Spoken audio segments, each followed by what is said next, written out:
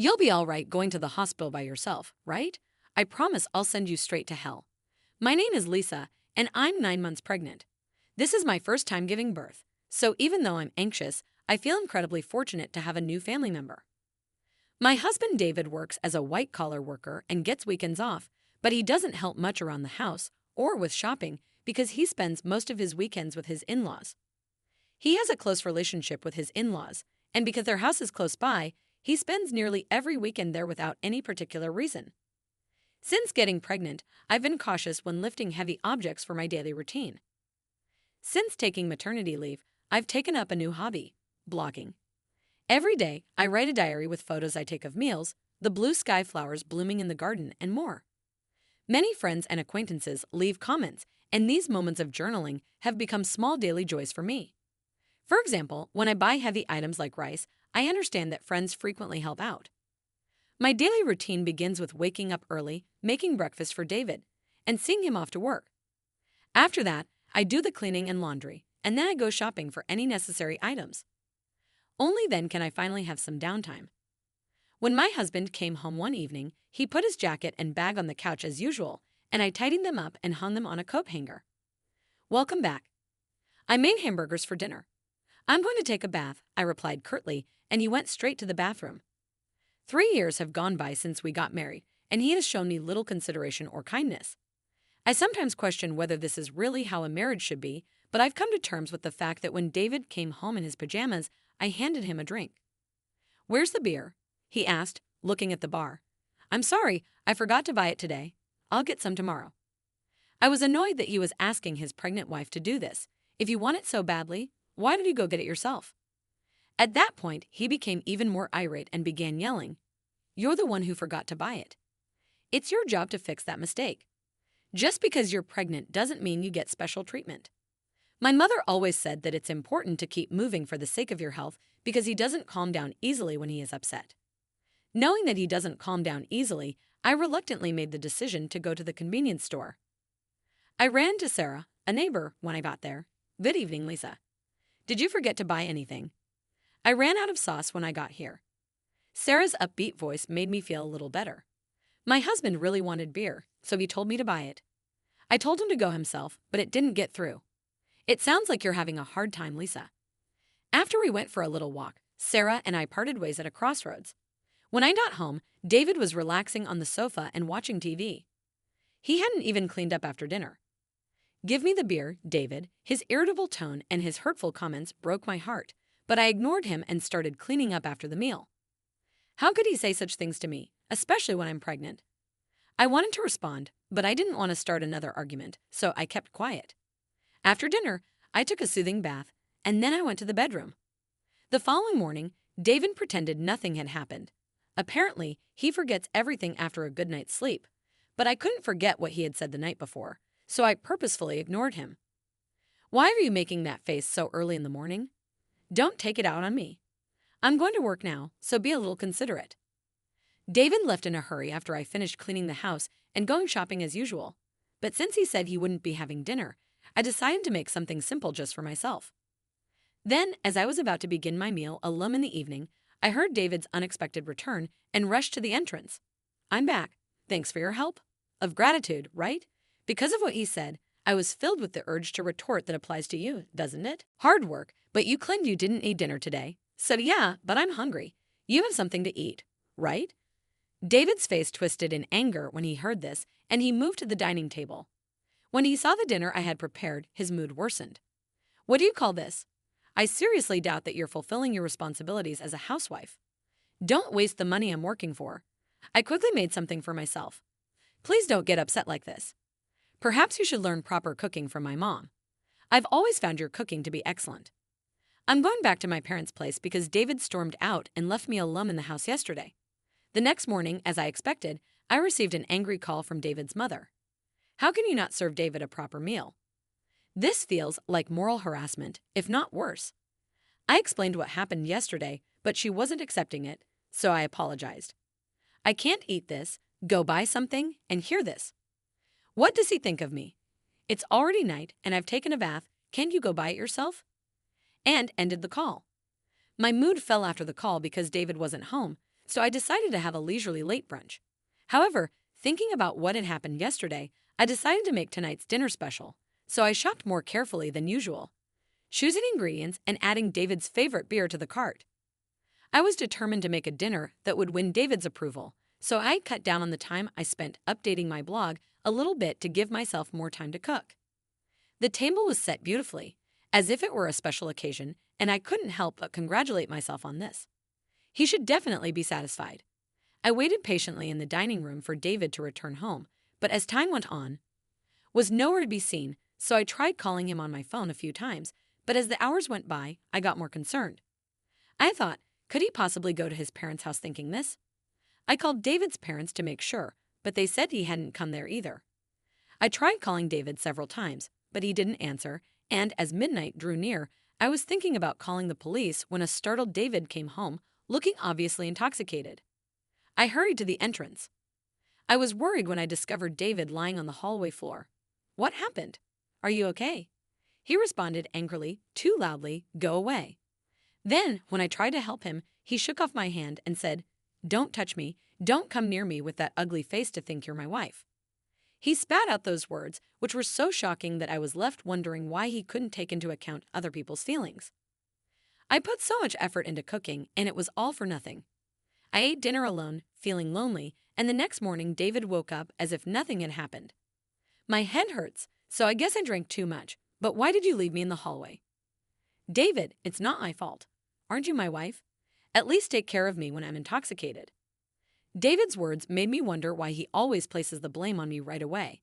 If you weren't going to eat at home, you could have at least told me that I had prepared a nice meal and I called you several times. Why didn't you answer? I'm taking a break and returning to my parents' house tomorrow because being with you lately feels unpleasant and boring. David's attitude of looking down on me made me consider the possibility of divorce more and more. Our baby is due soon, and my heart races in anticipation, even though I've heard stories about the pains of labor from friends. Do I have to report everything before it was rescheduled to yesterday? You know how difficult it is to pick up the phone during a gathering. Think about my situation with every word David said, and my expectations of him diminished so that I won't feel hurt or disappointed anymore. Our baby is due in a little while, which makes me happier. They wanted to take a family vacation soon after David got home, and he made a really surprising suggestion. I'm talking about a trip that my parents want to take, but I was surprised. Tensions exist between me and David's parents, and whenever there's a problem involving David, they tend to blame me, like in the previous phone call incident. However, the sudden idea of a trip left me unsure because I'm going to give birth soon, and traveling a long distance could be a little dangerous. Replied, how many times do I have to tell you that just because you're pregnant doesn't mean you're sick? My parents are thoughtfully inviting us, but what if something happens? Everything's already decided. We're going to go for 2 nights and 3 days next week. What next week is my due date? That's a bit just do as you're told. Prepare for the trip.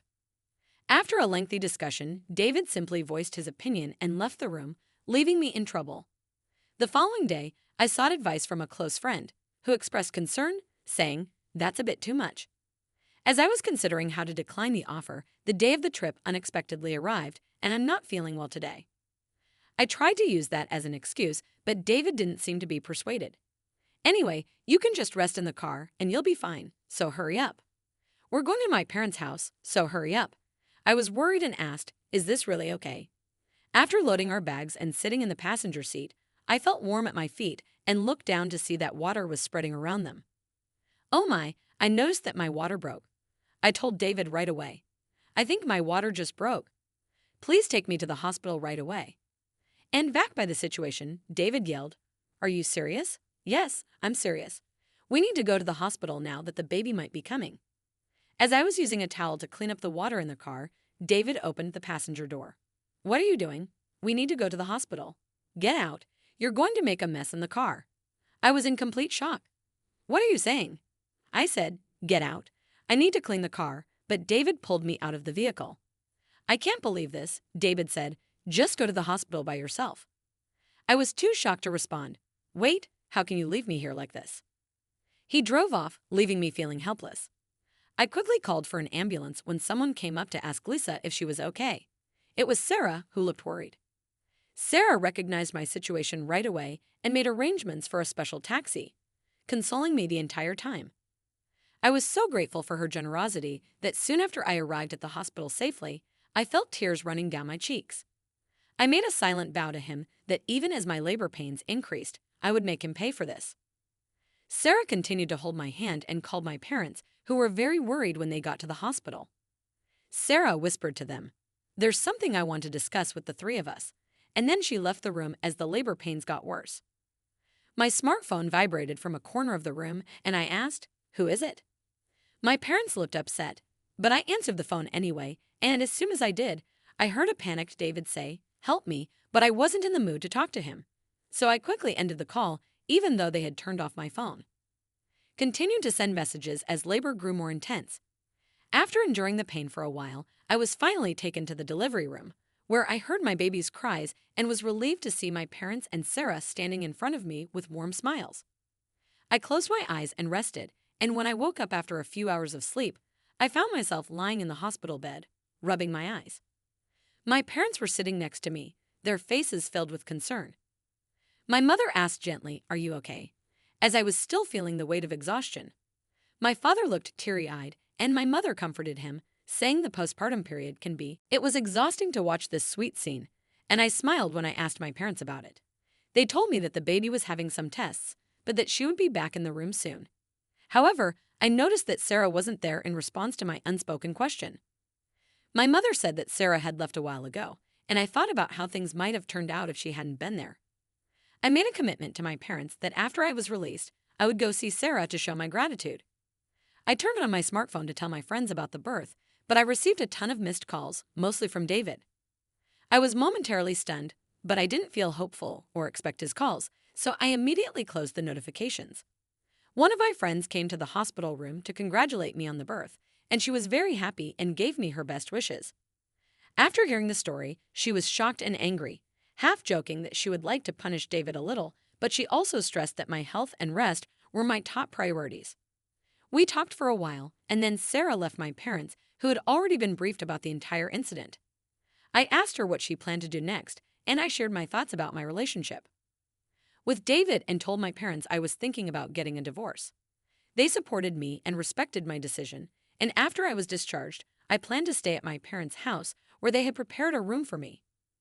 Meanwhile, David appeared to have visited the hospital, but since I had told the staff that I didn't want to see him, he wasn't permitted. The following day, Sarah arrived at my hospital room with a fruit basket. "I was delighted to see that you were doing well, but I was reassured by her words, and I took the basket from her, Sarah. Thank you so much. Much for helping me. I don't know what would have happened if you weren't there."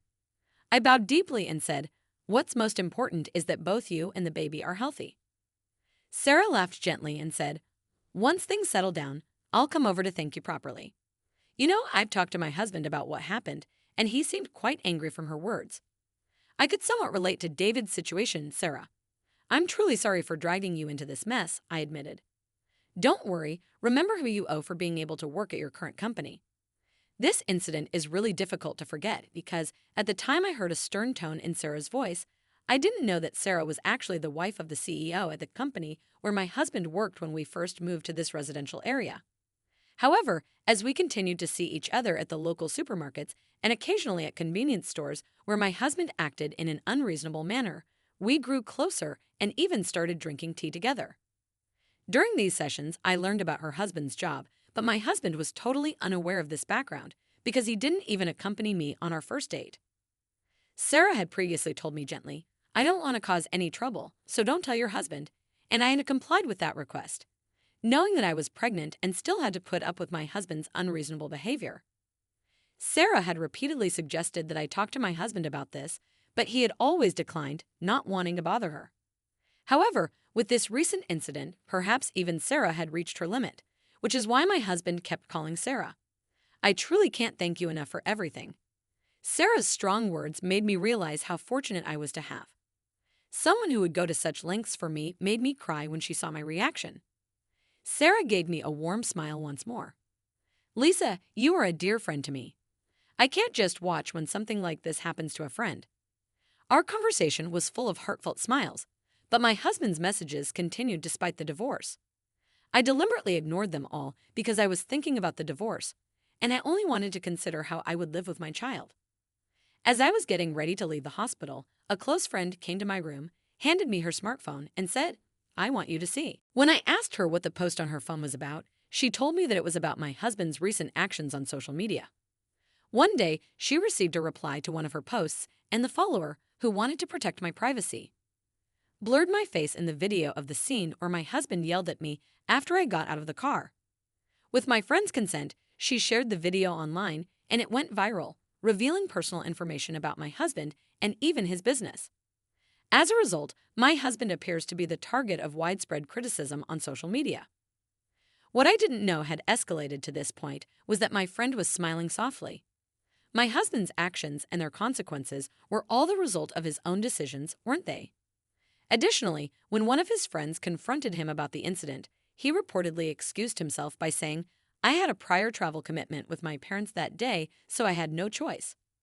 As a result of the statement, not only my husband, but also his parents started to receive criticism online, and the story even spread near my in-laws' house, and it seemed to touch on a variety of subjects pertaining to my husband's parents. Circulating on social media, and then my phone started to ring. When I checked the online screen of the story, I saw that my mother-in-law had called.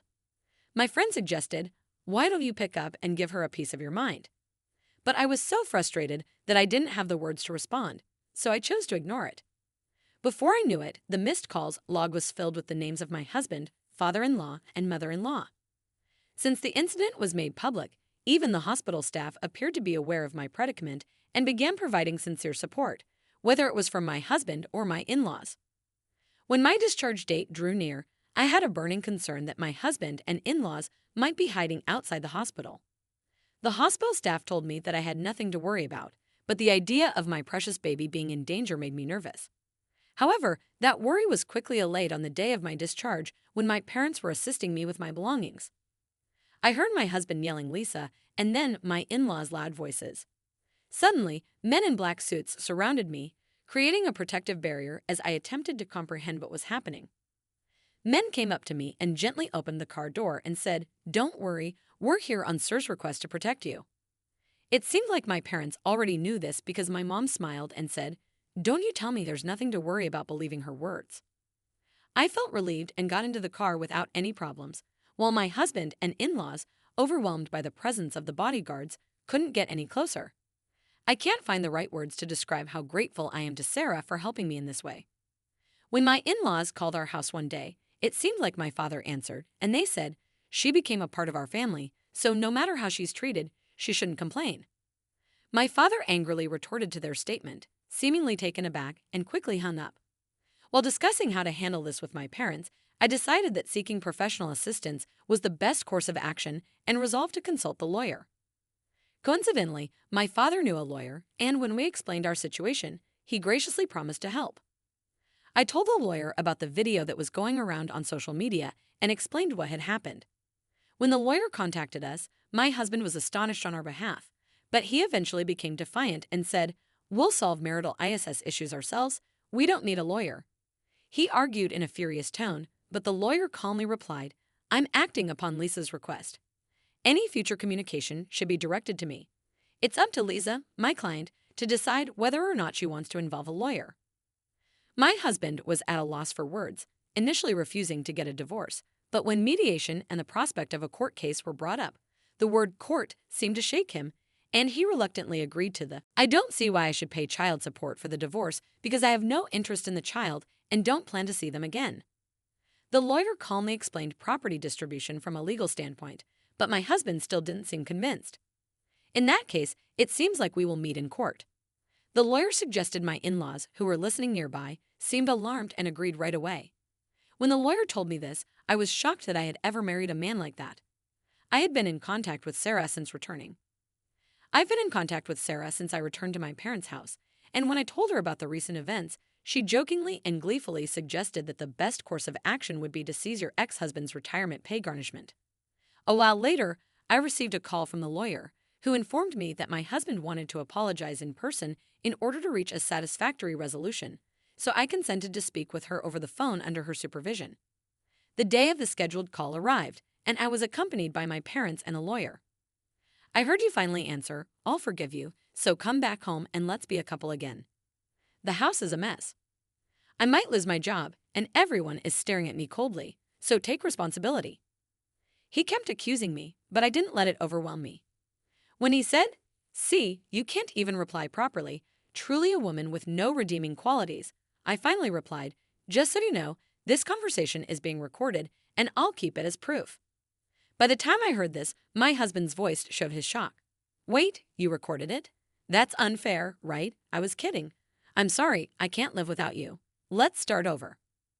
After hearing those words, I immediately hung up the phone and handed the recorded David to the lawyer. I asked him if he could use the audio as evidence, and he shook his head in disbelief. The lawyer said, "He truly is an incorrigible man." My parents agreed with me and firmly decided to cut off all ties with him after witnessing his behavior, which filled them more with surprise and disappointment than anger. At one point, I realized that I was kind of enjoying this drama and clinging to the little devilish side of me that surfaced during the divorce procedures. David lost his job, was unable to make housing loan payments, and returned to his parents' house. His reputation was damaged by the viral video, and he struggled to find stable employment, barely making ends meet with temporary part-time jobs. Rumors circulated about his parents as well, and according to Sir friends in the neighborhood, they seemed to live in perpetual unease.